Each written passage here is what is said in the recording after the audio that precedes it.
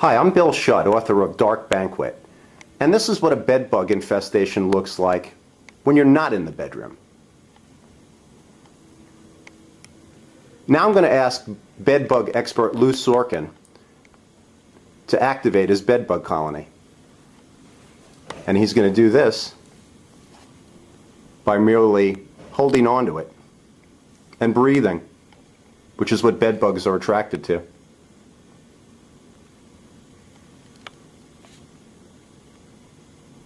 This shouldn't take long.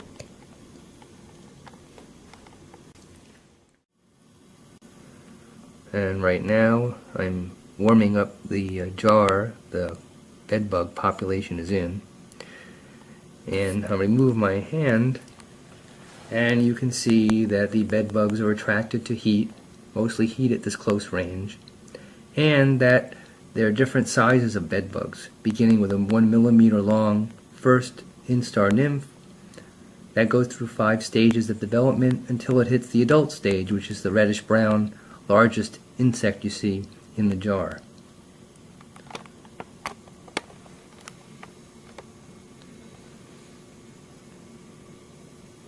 All bedbugs require blood for their nutrition. And this is what your bed looks like after you get in it.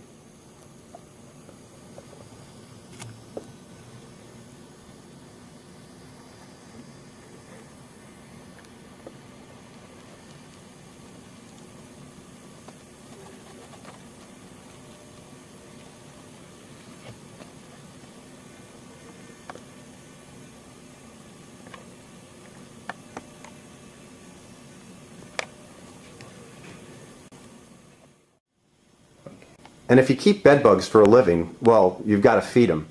And here's how Lou feeds his kids. We just invert the jar on the skin, and they feed through the fine screen mesh at the top of the jar.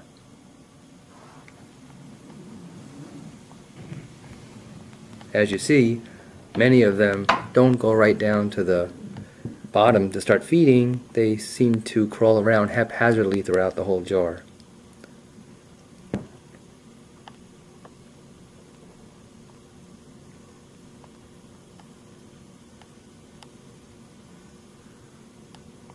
How long do you leave it on there, Lou? Oh, probably about 10 minutes, and that way many bedbugs get to feed.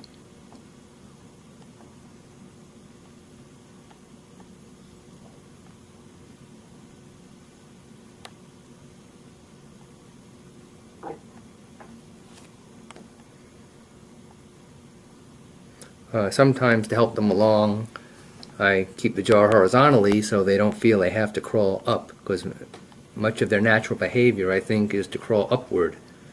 And my arm's at the bottom of the jar, so it's probably easier this way to get more of them to feed at one time. Well, that's really nice of you, too. Ah, yes. Well, without me, what are they going to do?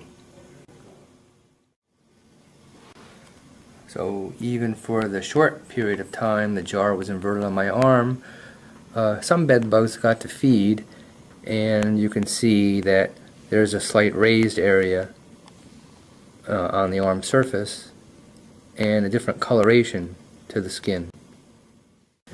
And you can see here the raised skin surface due to the bedbug feeding for no more than a minute, but many bedbugs were feeding at one time at this point, and this is how I react. How long ago was this then? This was only a few minutes ago, and if I let them go for probably 10 minutes of time, this would have been raised up much higher into a high platform, and then within half an hour that platform would have flattened out and rounded out, and it would have been a larger mound, and then that would finally dissipate within 12 to 24 hours. It would then be down to a sort of skin level, and the area would probably be very, very bright red due to the hemorrhaging that occurs under the skin.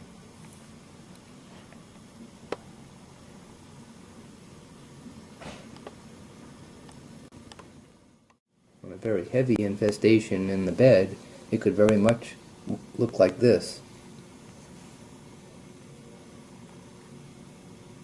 So these could be your sheets. They could be mattress, sheets, pillows, blankets, quilts.